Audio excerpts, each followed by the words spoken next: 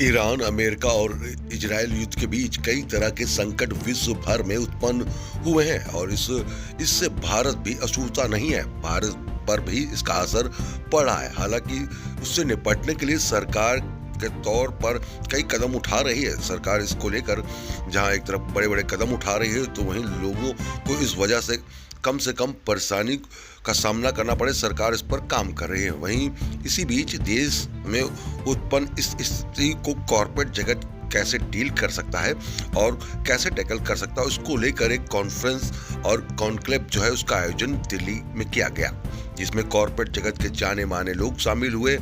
Real estate के साथ साथ कई इंडस्ट्री के जो लोग हैं वो इसमें शामिल हुए।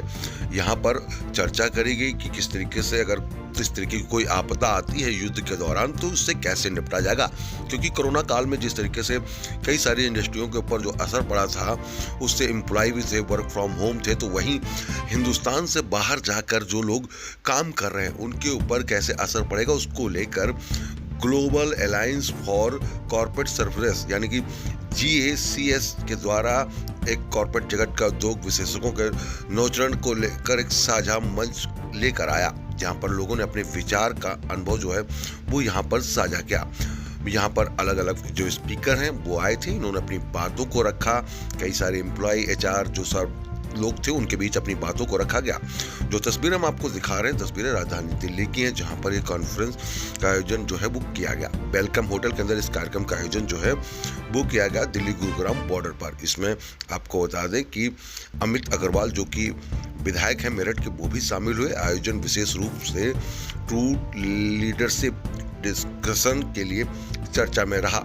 इसमें उद्योग और अग्रणी वक्ताओं ने आज बदलते कॉर्पोरेट परिदृश्य पर अपने विचार साझा किए। चर्चा में प्रमुख विषयों पर चर्चा हुई। AI को किस तरीके से जो बढ़ावा है AI के लेकर भी यहाँ पर चर्चा करी गई कि AI का जमाना आता है, उसको लेकर किस तरीके से, क्योंकि AI का पूरा इस समय माहौल चल रहा है, उसको लेकर भी यहाँ पर चर्चा करी गई। ग्लोबल कॉर्पोरेट सेंटर की भूमिका और कैसे उसके आधुनिक कार्यस्थलों को नई दिशा दी जाएगी, उस पर भी चर्चा करी गई। साथ ही साथ GACS के जो डायरेक्टर हैं उन्होंने क्या कहा वो हम आपको सुनवाते हैं कि किस तरीके से मुख्य बिंदुओं पर चर्चा हुई। कपिल खेड़ा जो कि अध्यक्ष हैं GACS के, उन्होंने क्या कहा मीडिया से बात करते हुए वो हम आपको सुनाते हैं। साथ ही जो लोग GACS के साथ जुड़े हैं उन्होंने अपना अनुभव साझा किया कि किस तरीके से कई सालों से ये जर्नी जो है वो शुरू हुई और कैसे कैसे ये जर्नी बढ़ती जा रही है, इसमें लोगों की संख्या कैसे कैसे बढ़ी है, वो अपने अनुभव भी यहाँ पर साझा किए गए। आज का हमारा उद्देश्य इस एग्जीबिशन कम कॉन्क्लेव को करने का दो रीज़न थे। एक तो जिस तरीके की जियोपॉलिटिकल सिचुएशन चल रही है, जिस तरीके का इम्पैक्ट बिजनेसेस के ऊपर पड़ रहा है, उसके कई रास्ते ऐसे हैं जो आम जनता और बाकी लोगों तक नहीं पहुंचे हैं। हमारा उद्देश्य था कि राइट लोगों के तरफ से ये मैसेज क्लियर जाना चाहिए कि अपनी सतर्कता से हम लोग अपने आप को स्टेबल रख सकते हैं। और आज जिन इंडस्ट्री के लोग हमारे पास आकर के बात करके गए हैं, उससे ये लगता है कि जिस तरीके से भारत का स्टैंड रहा है इस पॉलिटिकल सिचुएशन के ऊपर, हम लोग इसको आराम से निकाल लेंगे। कोविड के दौरान अनप्रिपेयर्ड था, नाउ मोदी जी का एक जो विजन आया है, उस विजन से हमें लग रहा है कि जितनी कठिनाइयां देखी जा रही हैं उतनी नहीं है, and we are prepared for the worst but we will be able to overcome all those issues. अलग अलग इंडस्ट्री के लोग आए, सबसे ज्यादा अगर बात करी जाए, क्योंकि जॉब को लेकर सबके अंदर टेंशन रहती है। वर्क फ्रॉम होम कोविड में हुआ था, क्या लगता है कि जिस तरीके से अभी LPG को के लिए गवर्नमेंट ने ऑलरेडी एक स्टेप्स उठाने शुरू कर दिए हैं, और मुझे लगता है जिस तरीके से गवर्नमेंट की इंटरफेरेंस अब वर्ल्ड वाइड लेवल पे आने लगी है, जिस तरह से हमारे जयशंकर जी ने बताया है कि वो बाकी वर्ल्ड लीडर्स से टच में है और उनसे हर चीज़ के ऊपर बातचीत चल रही है, मुझे नहीं लगता कि इतनी वर्स्ट सिचुएशन इतनी जल्दी आएगी और हम इसको आराम से निकाल जाएंगे। नमस्कार जी, सबको इस फोरम पे पहली बात तो स्वागत है। और हम GACS की जर्नी जो है, global association of corporate services की जर्नी 2016 से स्टार्ट की है। ऑलमोस्ट 10 साल होने वाले हैं हमारे को, 9 साल कुछ महीने हो गए। जो 10th जो हमारा एनिवर्सरी होगा, जो first decade of the anniversary, हम बहुत धूमधाम से मनाएंगे और बाकी सारी चीज़ें करेंगे। जब हमने स्टार्ट किया था हम 30 मेंबर थे जो फाउंडिंग मेंबर थे, लेकिन क्या धीरे धीरे जो है हमारी मेंबरशिप जो है वो बढ़ती गई। आज की डेट में करीब 9,000 के आसपास हमारे पास मेंबर है जो कॉर्पोरेट सर्विसेज के, और हमने स्टार्ट किया था दिल्ली एनसीआर। आज की डेट में हम बड़ी खुशी के साथ कह सकते हैं कि मेरे 9 स्टेट में हमारा जो है प्रेजेंस है, और हमारी मेंबरशिप जो है बढ़ती जा रही है।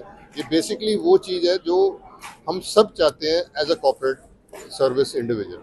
हमारे पास कई वर्टिकल्स है, ठीक है। एक में फैसिलिटी मैनेजमेंट है, फैसिलिटी मैनेजमेंट में भी सिक्योरिटी, हाउसकीपिंग एक्सेट्रा, ये सारी सर्विसेज है, लॉजिस्टिक्स वगैरह सर्विसेज। एक हमारा स्कूल ऑफ एक्सेलेंस है जहाँ पे हम लोगों को पढ़ाते हैं, हम बच्चों को पढ़ाते हैं और उनको सिस्टम में लेके आते हैं। हमारी जो मेन एम है, जो मिशन एम है, वो एडवोकेसी है। तो पॉलिसी एडवोकेसी, हमने कैसे सिस्टम्स चलाना, हमने कॉर्पोरेट सिस्टम्स को कैसे इनकॉर्पोरेट करना, हमारे जो ओवरऑल एक लीडरशिप टीम है, जो लीडरशिप टीम जो गाइड करती है जो बाकी कॉर्पोरेट हेड्स के लिए, तो वो एक बड़ा महत्वपूर्ण डिसीजन होता है टाइम टू टाइम जो है। और ये सारी चीज़ें जो है एक के बाद एक चलती है। हमारे साल में दिल्ली एनसीआर में 2 बेसिक जो चीज़ें जो होती है वो होती है, एक नॉलेज कॉन्क्लेव। इस बारी हमने जो है एग्जीबिशन भी हमने ऐड किया हुआ है। एग्जीबिशन में क्या है, अगर आप ये पूरे घूम के देखोगे, कम से कम हमारे पास 10-12 ऐसे एग्जीबिटर हैं जो सिक्योरिटी पे रखते हैं, जो फैसिलिटीज़ पे रखते हैं, जो टेक्नोलॉजी पे रखते हैं, जो हमारे ट्रांसपोर्ट सर्विसेज है।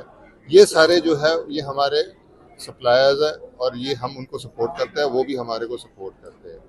ओवरऑल जो जर्नी है एक लर्निंग जर्नी है, ये जो हम चाहते हैं कि भी एक होता है कि भी जो लीडरशिप आज के लेवल में पहुंच गए हैं तो उसके बाद क्या करें। तो हम ये सोचते हैं कि भी जो नई पीढ़ी जो आ रही है तो उनको सिखाने के लिए, उनको रास्ता दिखाने के लिए, उनको मार्ग दिखाने के लिए एक तरह का जो सीनियर लीडरशिप है मार्गदर्शन का काम कर रही है, और वो आगे के आगे जो है लोगों को सपोर्ट करती रहे जो हमारे फैसिलिटीज़ में काम करते हैं। थैंक यू जी। आज जिस तरीके से जो सेमिनार लगा है, लोग लगातार बढ़ते जा रहे हैं, जो जर्नी है, आप किस तरीके से देखते हैं इसमें जुड़े हुए जो आप पार्टिसिपेट कर रहे हैं? देखिए, हमारे लिए तो एक बहुत बड़ा ही एक्सपीरियंस, बहुत अच्छा एक्सपीरियंस रहा है, और हमारे लिए बड़ी एक प्राउड फीलिंग है कि हमने अपने प्रोडक्ट को यहाँ पे लॉन्च भी किया है। So we have officially launch JustCure at GSCS, और हमने MOU भी साइन किया है। हम बहुत शुक्रिया अदा करते हैं GSCS की कमेटी का कि हम उन्होंने ये अपॉर्चुनिटी दी है and to get into MOU with them, जहाँ पे हम अपने प्रोडक्ट्स को बेसिकली जो हम हेल्थ केयर फैसिलिटीज़ जो एक अम्ब्रेला एम्प्लॉयज़ को या लास्ट माइल तक प्रोवाइड कराना चाहते हैं, वो GSCS के थ्रू हमारा वो सपना पूरा हो पाएगा। GSCS का जो प्लेटफॉर्म है उसको आप अपने बिजनेस के तौर पर किस तरीके से देखते हैं? क्योंकि जहाँ एक अलग अलग इंडस्ट्री, कॉर्पोरेट सेक्टर के लोग जुड़े हैं, जॉब तो प्रोवाइड करा ही रहे हैं, लेकिन आप एज ए बिजनेसमैन किस तरीके से देखते हैं इस प्लेटफॉर्म? देखिए, एज अ बिजनेसमैन वो दिन अब चले गए हैं जहाँ पे हम सिर्फ बिजनेस सिर्फ प्रॉफिट के लिए करते थे। आज की डेट में service to people, facilities to employees, वो उसका ज़माना है। पहले ये चीज़ आती है। आजकल हम ESG की बात कर रहे हैं, तो जहाँ पे हम ESG में S में सोशल की बात करते हैं, वहाँ पे ये बहुत ज़रूरी है कि बिजनेसमैन सोसाइटी को क्या दे रहा है इस पर्सपेक्ट से भी देखें।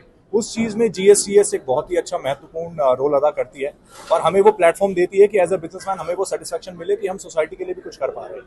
सो that ways we are very thankful for GSCS। Sir, जो आज ये मिशन है इसके बारे में बताइए, क्या है और क्या उद्देश्य है? देखिए, GSCS एक कम्युनिटी प्लेटफॉर्म है। तो बेसिकली हमारी कोशिश ये होती है कि कम्युनिटी में जो लोग हैं, जो वेंडर्स हैं, वो एक दूसरे से कनेक्टेड रहें। साथ में हमारी कोशिश ये होती है कि हम लोगों को क्राइसिस के टाइम पे मदद कर पाएँ। जैसे किसी की जॉब नहीं है या किसी को मेडिकल सपोर्ट की ज़रूरत पड़ रही है, तो जब हम इस तरह की कोशिशों को अंजाम देने की कोशिश करते हैं तो उसके लिए हमें एक ऐसे कम्युनिटी प्लेटफॉर्म की ज़रूरत पड़ती है जहां कमर्शियलाइजेशन नहीं है, जहां सिर्फ रिवॉर्ड, रिकॉग्निशन, भीड़ इकट्ठा करना वो नहीं है। इस तरह के एग्जीबिशन को करने का मतलब ये होता है कि जब आप आएँ तो कम से कम आप दिल से किसी के साथ कनेक्ट हो, आप जो चीज़ यहाँ से लेके जाना चाहते हैं वो लेके जाएं, जो रिश्ते आप बनाना चाहते हैं वो लॉन्ग लास्टिंग, तो वो आपको आपके प्रोफेशनल जर्नी और पर्सनल जर्नी दोनों में काम आते हैं। किस किस क्षेत्र से यहाँ पे लोग आए और किस तरह का ओवरऑल रिस्पॉन्स? देखिए, GACS एक कम्युनिटी में खास तौर से facility, administration, security, procurement, HR, इस फील्ड के जितने भी बड़े लीडर्स हैं उनकी टीम के लोग हैं, नए मेंबर्स हैं, नए रिक्रूटर्स हैं, इंटर्न्स हैं, और सारी बड़ी कंपनियां जो हैं वो हमारी मेंबर्स हैं। तो अब जाहिर सी बात है, जब आप इतनी बड़ी इकोसिस्टम को चलाते हैं तो आपको ये ज़रूरत भी पड़ेगी कि वहाँ वेंडर्स हो, उनको डिफरेंट सामान, उनको डिफरेंट सर्विसेज की ज़रूरत पड़ती है। तो वो एक इकोसिस्टम हम बनाने की कोशिश करते हैं, और इसीलिए ये एग्जीबिशन है।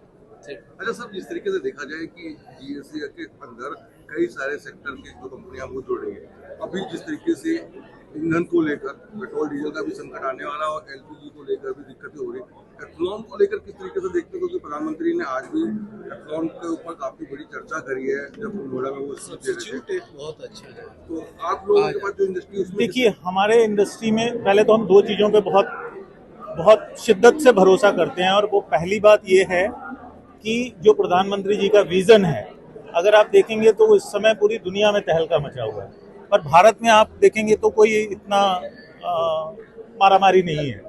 वो क्यों नहीं है? क्योंकि हम इकोनॉमिकली और हम सोशली बहुत स्टेबल इकोनॉमी है, और जब हम ये बात करते हैं तो हमारे लोग, जो हमारे स्टार्टअप इकोसिस्टम है या जो हमारी कंपनियां हैं, उनका विजन अब प्रधानमंत्री जी के विजन से भी मिलता हुआ है। और इस कोशिश में, इस यात्रा में जो सबसे महत्वपूर्ण बात यह है कि हम सिर्फ तेल पे बाहर के देशों पे निर्भर नहीं है। ईंधन की जो हमारी ज़रूरतें हैं, अगर बाहर के देशों से हमें सप्लाई कट भी जाती है तो हमारी खुद की सप्लाई हमें एक बैकअप जरूर देती है। बहुत मेरी तरफ से, मैं कुंवर किशोर अरोरा GACS का एडवाइज़र और मेंटर हूँ, तो मेरी तरफ से सबको बहुत सारी शुभकामनाएं। और जो इस समय देश में जो स्थिति है, सबको थोड़ी सी परेशानी है कि गैस का क्या होगा, कुकिंग गैस का, तेल का क्या होगा। सबको अपने ऑफिस जाना है, पेट्रोल की ज़रूरत हो सकती है। ट्रांसपोर्ट वाले लोगों को दिक्कत है, बिकॉज उनको लगता है कि डीजल उनको नहीं मिल पाएगा, और कंपनियां इस समय बहुत परेशान हैं कि आगे चल के ये जो इस समय स्थिति बनी हुई है, जो खाड़ी में युद्ध चली हुई है, उसमें से हम कैसे निकल के आएंगे। तो सबसे पहले तो मैं आपको बताऊं कि देखिए, देश में आप लोगों ने सब देखा, देशवासियों ने और गवर्नमेंट ने मिलके कोविड से किस तरह से आत्मनिर्भरता और सेल्फ रिलायंस का जो मंत्र बनाया था, उसका हम अब रिप्ले ऑफ 2.0 देख रहे हैं कि किस तरह से गवर्नमेंट ने ये जो तकलीफ हमें कोविड के टाइम पे थी, इस बार गवर्नमेंट की प्रिपरेशन कई गुना उससे ज़्यादा तेज़ है। और हमने देखा है कि एज एन ऑर्गेनाइजेशन GACS किस तरह से इंडस्ट्री बॉडीज़ के साथ भी काम कर रहे हैं बहुत क्लोजली। हमारे पास ऑब्वियसली कॉर्पोरेट्स का बहुत बड़ा एक रिश्ता है, 2,500-3,000 कॉर्पोरेट्स के लोग on an all India basis हमारे साथ एसोसिएटेड हैं। इस फंक्शन में इस समय करीबन 450 लोग रजिस्टर किए हैं, जो शायद 250-300 कंपनीज को रिप्रेजेंट करते हैं। सर, ऑयल और LPG क्राइसिस अगर जो युद्ध लंबा चलता है जी, और अगर उसकी क्राइसिस होती है, तो इससे निपटने के लिए क्या स्ट्रेटजी रहेगी गवर्नमेंट के पास? और एथेनॉल का भी बात कहा जा रहा है आजकल जी, वो कितना सब्स्टिट्यूट रहेगा इसके? तो लेट मी टेल यू कि we have seen that crisis is likely to continue, and if it continues for a very long period of time, how will we sustain it? So government has already made the announcement of Gobar gas is one of the initiatives. Government has also made the announcement that we are trying to ensure that our LPG and oil comes through the Strait of Hormuz. We have also ensured that the citizens are faced with the least amount of difficulty as compared to the industry. The government is also now working very closely to ensure that the industry doesn't shut down. And my own sense tells me that while the war may finish sooner than later, I think the government is prepared that even if the war was to go on for a long period of time, I think the citizens of India are very well taken care of. I don't think we need to worry, especially because this government is exceedingly proactive, and I think we have a great opportunity to find a way to work with the government at our individual level to make sure that we don't waste LPG, we don't waste oil, petrol, or diesel, and we try and find ways to conserve as much as we can. So, as citizens, we can afford to do that while expecting that the government will do what the government needs to do. So, I think that's a very important aspect that we as citizens, as corporate citizens, as companies, we need to ensure that we play our part and have faith that the government is doing what it's doing. GSES, being a not-for-profit, is ensuring that we are working closely with the corporates, taking the message that the corporates and their employees are sharing to the government, and vice versa. The government is also listening to what we have to say, like the government is listening to many such bodies like us in trying to get inputs in making sure that we are all in a far better place. When I look at the rest of the world, let me tell you, India is far better placed than most other countries because I have a for-profit relationship and we have businesses in other parts of the world. We can tell you India is significantly better placed than most other countries. So I would say that the citizens of India are actually blessed to have the current government and the Prime Minister and his entire leadership team so fixated on making sure that the citizens are kept first. So Jatin Luthra, मैं GSES के India secretariat को head करता हूँ। आज का जो हमारा ये आयोजन है उस पर हमने जो फोकस किया है वो है आर्टिफिशियल इंटेलिजेंस के ऊपर, कैसे टेक्नोलॉजी हमें हेल्प कर रही है हमारे प्रयासों को towards the security the risk of our people, उनको कैसे हम सेफ्टी दे सकते हैं। दूसरा हमारा एक मंथन हुआ है जिस तरीके से अभी वॉर की सिचुएशन चल रही है उसमें कॉर्पोरेट किस लेवल पे जाके हेल्प कर सकता है ताकि उनके एम्प्लॉयज़ जो फॉरेन ट्रैवल्स में जाते हैं, सब कुछ करते हैं, अलग अलग देशों में जाके ट्रैवल कर रहे हैं, कैसे अपनी सेफ्टी और प्रोटोकॉल को फॉलो करते हुए अपने सुरक्षित रहें। और इसके अलावा जो हमारे अभी एक प्रॉब्लम चल रही है गैस का जो आ रहा है उसके ऊपर भी काफ़ी चर्चा करी है। हमारे कुछ रिप्रेजेंटेटिव गवर्नमेंट से आए, मिनिस्ट्री से आए, जिन्होंने आगे ये बताया कि किस तरीके से छोटे छोटे कदम उठाकर हम लोग इन चैलेंजेस से बच सकते हैं। Okay, thank you. Hello, my name is Malvika and I hail from City of Lakes, that's Udaipur. So I've come for this GSES event, which I find, I think it's the best platform ever. If you're into corporates and, if you want to socialize, if you want to get into networking, I think GSES is the platform where you can just come, join, and they'll give you 100 opportunities to grow, learn, and share. So, के बारे में पता कैसे चला आपको और किस तरीके से देखते हैं इस प्लेटफॉर्म को?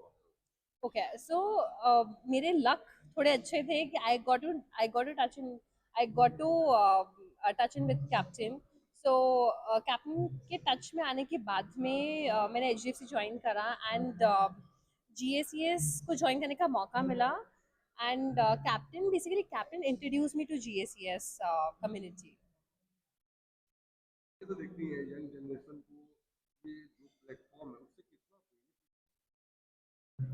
आई थिंक अगर आपको प्रोफेशनली ग्रो करना है तो आई थिंक GSES ज्वाइन करने के बाद में आई थिंक बहुत सारी अपॉर्चुनिटीज़ आपको मिलती है क्योंकि एक नेटवर्किंग आपके लिए एक बेस क्रिएट करता है GACS, जहाँ पे आप लोगों को नेटवर्क करने का मौका मिलता है, आपको 4 लोगों को जानने का मौका मिलता है, 4 लोग आपको जान सकते हैं। So I find GACS very interesting. और जब से मेरे को बहुत ज़्यादा टाइम नहीं हुआ, क्योंकि मैं HDFC अभी ज्वाइन करा है 1.5 ईयर पहले, और क्योंकि मैं कनाडा मूव कर रही हूँ तो मैंने छोड़ दिया है, मतलब I am moving out of India. तो आई थिंक यंग जनरेशन के लिए, यंग यूथ के लिए, आई वुड से कि please come and join this community. I think it's the best platform ever you can ever join. And yeah, I mean there's a lot to say about GSES, but I think since we are running short of time, so I think I just want to cut it short here, and I would say that GSES is a platform where you can find a lot of interesting things inside. That's Chetri. I'm from state in Mizoram. आपको कैसे पता चला यानी कि जीएससीएस के बारे में? GSES के बारे में, जैसे कि मैंने स्टेज में कहा था कि मालविका ने इंट्रोड्यूस किया मुझे GSES के बारे में, देन उसके बाद मैं मेंबर बन गई, फिर she introduce me to captain Raju Sharma, and then उसके बाद CPRE टीम को इंट्रोड्यूस हुआ, फिर उसके बाद वहाँ पे I work there for 5 months, and then after that HDFC के लिए she offered me because she was moving to Canada. तो ऐसे ही GSES मेरे लिए बहुत लाइक अपॉर्चुनिटी फॉर मी, इतना बड़ा प्लेटफॉर्म मिला है मुझे। तो आपकी लाइफ में कितना चेंजेस होंगे? और चेंजेस एज इन, बिकॉज मेरा बैकग्राउंड तो बिल्कुल भी अलग है, क्योंकि coming from like my career started from modelling and acting. तो GSES मुझे ऐसे प्लेटफॉर्म थे, corporate world, which I have no idea about anything about banking and all. So I have come to know about, I gain new perspectives in life, and I come to know about many industries, and yeah, I really, I mean, I develop a lot in professional ways.